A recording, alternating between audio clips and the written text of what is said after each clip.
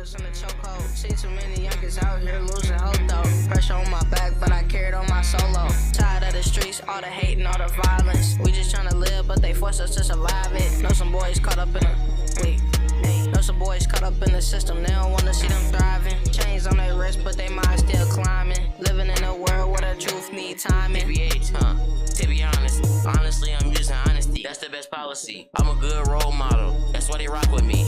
And I'm modest using modesty. And I'm different, I'm a prodigy. Sun beaming, knowing how this three. Welcome to Be Honest, the show where teen voices lead the conversation. I'm Alex Love, a senior from Riley High School in South Bend, Indiana. And I'm Amari Williams, a junior from John Adams High School, also in South Bend. If there's one thing we're ready to set straight, it's the stereotype that teens don't care, because we do, a lot. It just might not always look the same as it has in past generations. That's why this episode is all about teens taking charge, students like us who are stepping up, speaking out, and making a real change in our schools and communities. From starting their own businesses to raising awareness in areas that count, these teens are proving that leadership doesn't have to wait for adulthood. This is TBH Teens Taking Charge. Let's get started with the first video from Markel House, a student from Riley who interviews students about what they think true leaders should look like. Do you have what it takes to be a leader? I met up with some fellow student leaders today to find out how to become one. What makes you a leader? What makes me a leader is I have a lot of faith in actually I'm on the wrestling team, I'm the captain. I have a lot of faith in my wrestlers and I believe in them. And I'm always there for them when they were to lose or to get pinned. And I strive and push them harder so that way they can get that rematch, get that dub. The benefits of being a leader is you get to speak your opinion. If you see something wrong in the world, that you get to change it instead of just waiting for someone else to change it. You get to help facilitate great projects like the class cabinet. You get to work with all your colleagues to get things done. What advice would you give to students for them to become a leader? Be a role model and show up, be there. I want to say come to school every day on some stuff, have good attendance.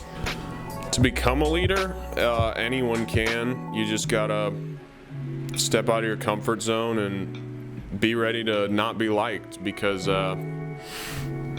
some people won't. Any great leader, there's always been people who haven't liked them.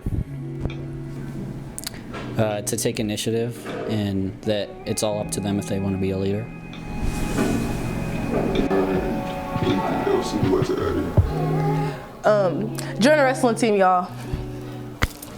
Now you know how to become a leader too. From TBH, I'm Markel House. When you think of what it means to be a leader, you might picture someone in charge, someone with a voice, someone who inspires. At Riley High School, that someone is Stella Mowry. Isaiah Packer recently sat down with her to find out what keeps her going and inspires her to be a leader. Riley High School offers a wide range of extracurricular activities, and senior Stella Mowry has taken full advantage of them throughout her 4 years. A big motivation for athletic and academic success for me was thinking about the next 4 years with colleges and just to have as much stuff on my portfolio to put forward for them to look at was a big motivation. My first impression of Stella as a student athlete on this campus is that she models what a student athlete is supposed to be. She's involved in many extracurricular activities, she maintains a very good GPA, and she's just involved in the community overall, and her mindset is developing and growing Riley as a whole. However, she couldn't do it alone. She's had many mentors from both teachers and coaches that have pushed her in both areas over the years. All my coaches, they always encouraged us to be as involved in school as much as possible, and that always came first. And then our class sponsor, Ms. Flugner, always encouraged me inside the classroom to also get involved in class cabinet, which she led. One of the most meaningful activities Stella is involved in is Best Buddies, a program that promotes one-to-one friendships between students and individuals with disabilities in the South Bend community. The one specific moment that makes me proud as a principal with Stella being here is her being a part of Best Buddies. So there's this young lady lady named Jocelyn, and every time she sees Stella, she is just lit up with smiles. She cries, she has emotion, and Stella makes sure to incorporate her in all of her activities with her friends. That's probably my most proudest moment. A lot of those students that are in the life skills classrooms don't have a ton of interaction outside of that specific hallway or those few classrooms. They always sit together at lunch. So this year it's been really nice to see other students coming and going from those classrooms and sitting with them at lunches. Sometimes they'll join me and my friends at lunch. So I think it's been socially really great for everyone to have someone new to interact with. Stella's high school journey shows the power of getting involved and giving back. For TBH, I'm Isaiah Packer. For generations, the Boy Scouts have helped teens build skills, confidence, and a strong sense of responsibility. Eli Bueno Pedraza recently caught up with a troop from Mishawaka and learned scouting isn't just about wearing a badge. It's about stepping up, helping others, and making an impact. Boy Scout Troop 555 in Granger, Indiana is a youth-led organization dedicated to building character, leadership, and outdoor skills in both young boys and girls. To the flag of the United States of America and to the republic for which it stands, one nation, under God. And part of being a scout is you learn all these outdoor skills, orienteering, camping, cold weather camping, pioneering skills, woodcraft skills, first aid. Even though the troop faces some hardships during their campouts, they find a way to have some amazing times. I'd say, well, it's a good experience, like what's better than going camping, through the thick and thin, Sometimes you're gonna have campouts where it's 5 degrees, tons of snow, it's just miserable at first until you start getting into it, it's gonna be pretty lit. You're gonna be sledding and stuff. And then you basically, all you gotta do is just fry that. Not only is Boy Scouts fun, it's also inclusive. And the nice thing about a troop, Boy Scouts and a troop, is everyone participates. Everyone is part of the patrol, the troop, and the Boy Scouts. So everyone has a place, everyone has a purpose, everyone is needed, and it's a great opportunity for young ones to learn from older scouts, and older scouts to teach younger scouts. Getting a little darker, then you probably want to start checking them after I'd say 30, 45 minutes. And you want to check them, and if they're This is a place where kids learn leadership skills and even teaches them to learn how to step up when there's no one there to be a leader. That doesn't count. If I did 2 weeks and then it's One of my first campouts, my patrol leader, he got sick, was unable to really work well. He had to sleep most of the campout, so I had to take over those responsibilities, and it was really difficult at first, but it helped me later on. Looking back on those experiences helped me really learn from those, and it gave me a first-hand taste of leadership. Just take the biscuits that you can get at the store that are in that. The troop offers year-round activities that help the scouts advance through the ranks and pick up some important life skills. Which means the bus will probably leave around 9. The troop uses their skills not only for Boy Scouts, but to help them improve their everyday lives.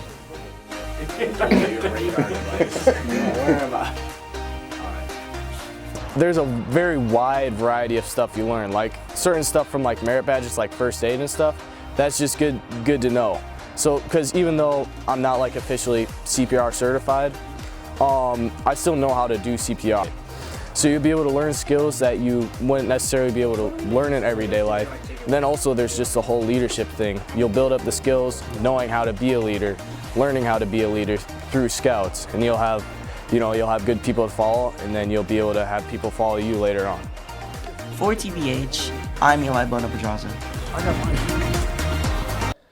Sometimes leadership starts with something simple, like using your voice. Whether it's speaking up in class, standing up for your rights, or pushing for a change, more and more teens are learning the power of self-advocacy. That reminds me of the example on airplanes, where they tell you if an emergency happens and the face masks drop down, you're supposed to put on yours first before you try to help others. Now, I know it sounds a bit selfish at first, but when you stop to think about it, You can't help anyone or yourself around you if you're passed out. That is so true. In the next piece, Armando Espinoza Murillo introduces us to a few teens who found their voices and are urging others to do the same. Why do you think it's essential, or why do you think it's important for teenagers like us to advocate for ourselves?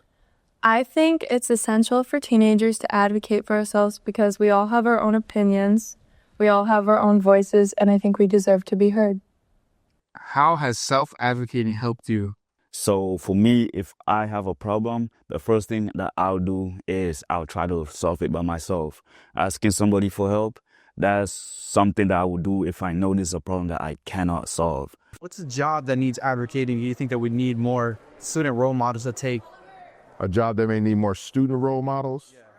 All of them.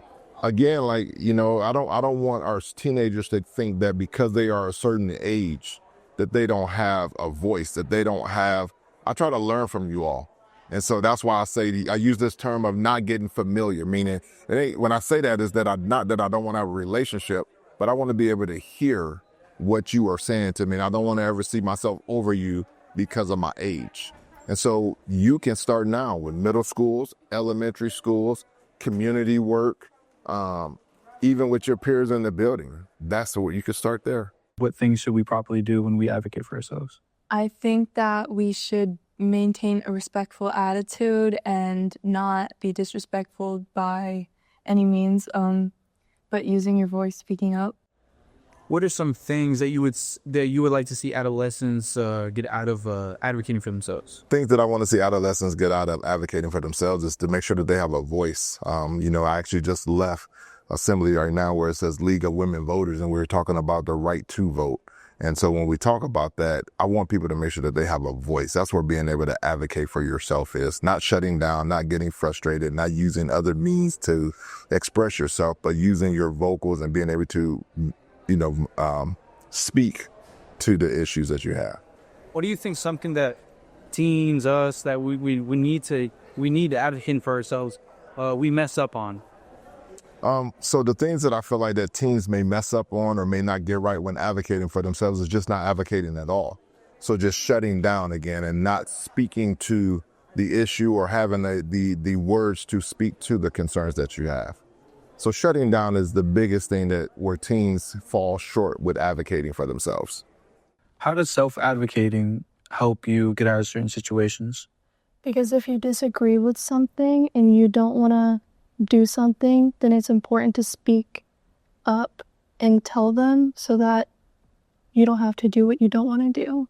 And you can stay out of those certain bad situations if they're bad. Anytime you see a teen advocating for themselves, what do you think? What's one thought that pops up in your minds? When I see a teen advocating for themselves, the first thing that I think is that they're confident, that they know what they want, and that they just have the ability to express the concerns that they may have or the things that they feel like is being wronged against them. As a building, we need to do a better job of giving our students the opportunity of advocating for themselves and putting them in a position where at town hall meetings, instead of me presenting, maybe it should be a discussion where things are coming back to me as well. That's how we teach advocating. Why is it important for you to advocate for yourself instead of somebody else advocating for you? Well, honestly, speaking for yourself, I think that's the most important things because we all often have things on our mind. If we all find ourselves sometimes in a situation where the solution to a problem is not the one that we want, you know?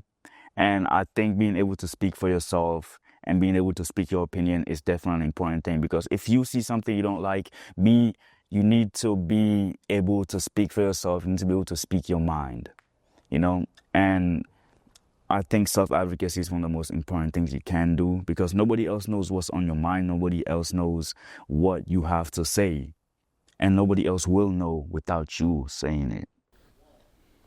So far, we've seen leadership in some pretty familiar scenarios in the schools and community. But leadership doesn't always come with a title or a uniform. Sometimes it looks like launching a YouTube channel or working online.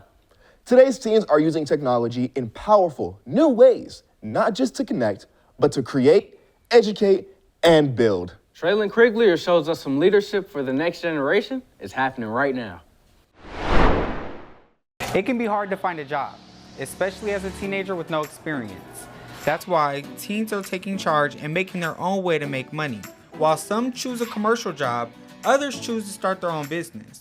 These teens from South Bend, Indiana are doing it by themselves. Adrian Wells graduated last year after selling baked goods and many other items all throughout high school. Currently my business is called Urban Essence.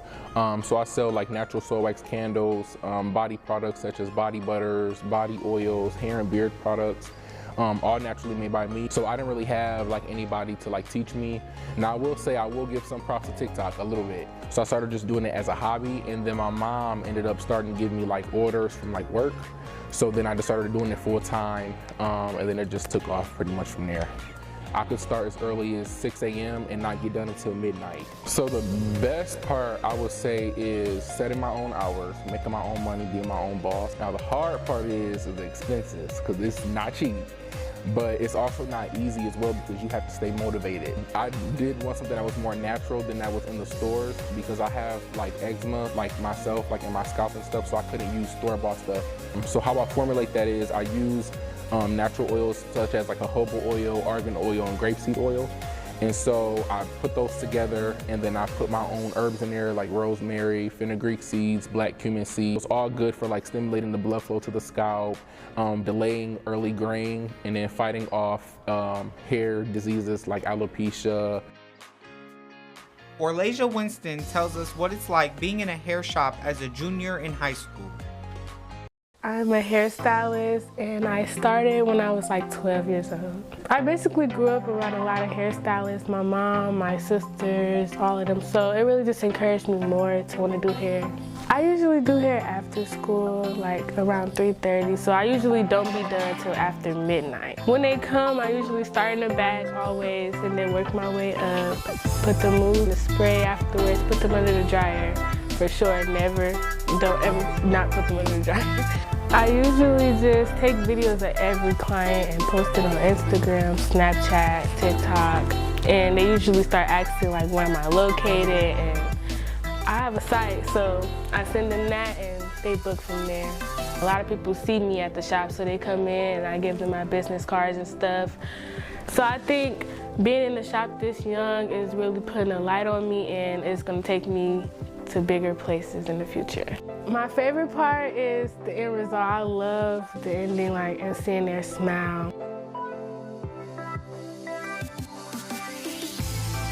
I just want to say anybody can do hair. It's the most easiest way to make money.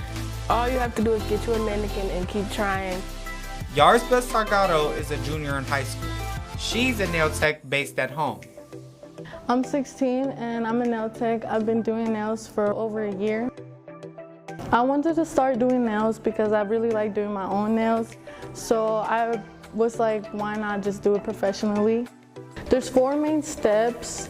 It's really just about prepping the nails, application, shaping and filing, and then design and all that. I do nails after school and basically around the weekend too, whenever I can. I order a lot of stuff on Amazon and Shein, and then I started doing my social media so I could get clients, and then from that, I started doing nails. I learned based off of TikToks and videos, and yeah, practice is really just key. I would say the best part about being a nail tech is the communication and the connection I get with my clients. It may not be easy, but they all enjoy taking charge. For TBH, I'm Traylon Kriglier. Art isn't always at the forefront of our thoughts when we think of leadership, but maybe it should be. My cousin is the perfect example of how creativity and technology can come together to lead and inspire. He's been designing 3D art that not only looks cool, but helps express his vision to the world. Check it out. Isaac Huddleston comes from a family of highly artistic people. His dad sells posters at Comic-Con, as well as his sister, and his mother is a clothes designer. So I'm just doing the same thing as well, just following in their footsteps and trying to create something to make my own vision at the same time. His whole family's creative. They often like to compete against each other to improve their art.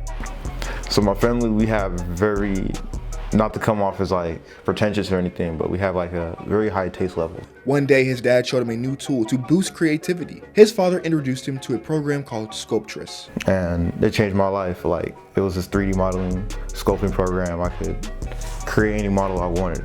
He felt unconfident until he saw a YouTube animator, which inspired him to pursue 3D modeling again. If this dude can make this quality of art and feel unconfident, I'm like, man, I wonder what I could create. It's like, damn, maybe I could try that. Seeing a normal guy, an average Joe, being able to make this type of art inspired him greatly. If somebody as humble as this guy can do it, I could do it too. 3D modeling at 12 was funny because I still am a bit lazy. I'm not gonna lie. But it was more of like I wouldn't even lie to you, it was more of a hyperfixation than anything. I was more obsessed with like, just trying to like get better at the craft and try to like show it off. It was more of a trying to look cool at first. Trying to be like, hey, I do 3D art as a flex. But the art wasn't speaking for itself, it was really me in my own head. And that's a double-edged sword. Because like me staying motivated, trying to get better by trying to show it off to people, helped me get better at my skill at the same time. So it's like, it helped me, but probably not for the most humblest of reasons. I started to like develop a taste as I gotten older. I've gotten, I'm in love with nostalgia, I love nostalgic things. So like, all my art has like a retro flair to it. I always try to have like a element of like early 2000s or things from my childhood in my art. Me, when I started, like, it was hard because I was like always thinking about like what other people would think or how other people were going to judge it or criticize it or like how to impress somebody else when I'm making art. But really, you just gotta like impress yourself and you'll really feel that gratification of when you complete it. Like, you just gotta see your vision through. So I really enjoy doing commissions because they give me a lot of creative freedom to like just express my skill and like express my like style. It helps me feel good to like show someone or like give them something that they had in their mind but they couldn't like express fully. It feels good to like express that for them. Not to be that guy, but like I like my latest piece the most. I feel like it's like the most like creative I've done on my Instagram at Ike 3D with 2 E's. No capitals. I'd say just whatever is in your head. Like if you have like a style that you want to express, if you have like a vision that you want to express but you really like are like apprehensive or feeling like a fear somewhere, ignore that fear. He says that applies to any art, not just 3D art. And he has one more piece of advice. Just express how you feel and you're good. Nobody else can really judge you. Just stay on it and you'll like get better. You'll get the best pieces from that. For TBH, I'm Alex Love. We've talked about leadership in school, social groups, the arts, and even online. But in our final story, we're heading to a whole new era, esports. Cooper Harridan caught up with some friends to talk about competitive gaming. For them, it's not just a hobby, but a serious career move. Could you share how your earnings have evolved throughout your esports career? Throughout my esports career, I've gotten slightly over $2,000. When I first started, I was legit horrible at it.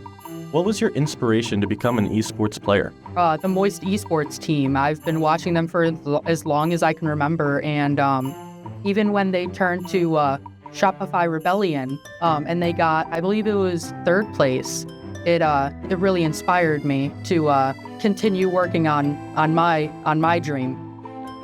They just kind of go back to that nostalgic feeling, like where you get home from school, you're about to play your Xbox 360. I've learned a lot.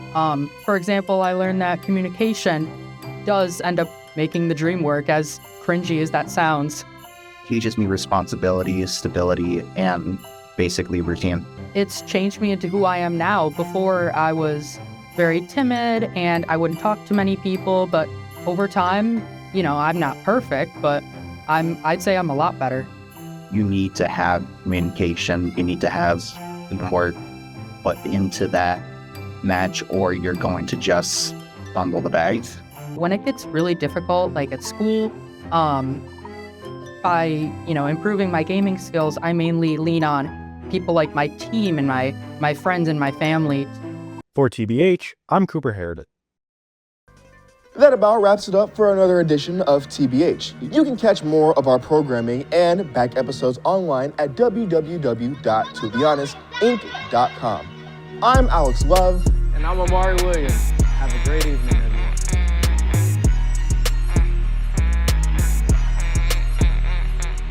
Tryna break free, but the world is in a chokehold. See too many youngins out here losing hope though. Pressure on my back, but I carried on my solo. Tired of the streets, all the hate and all the violence. We just tryna live, but they force us to survive it. Know some boys caught up in the system, they don't wanna see them thriving. Chains on their wrist, but they mind still climbing. Living in a world where the truth need timing. TBH, to be honest, honestly I'm using honesty. That's the best policy. I'm a good role model, that's why they rock with me. And I'm modest using modesty. And I'm different, I'm a prodigy.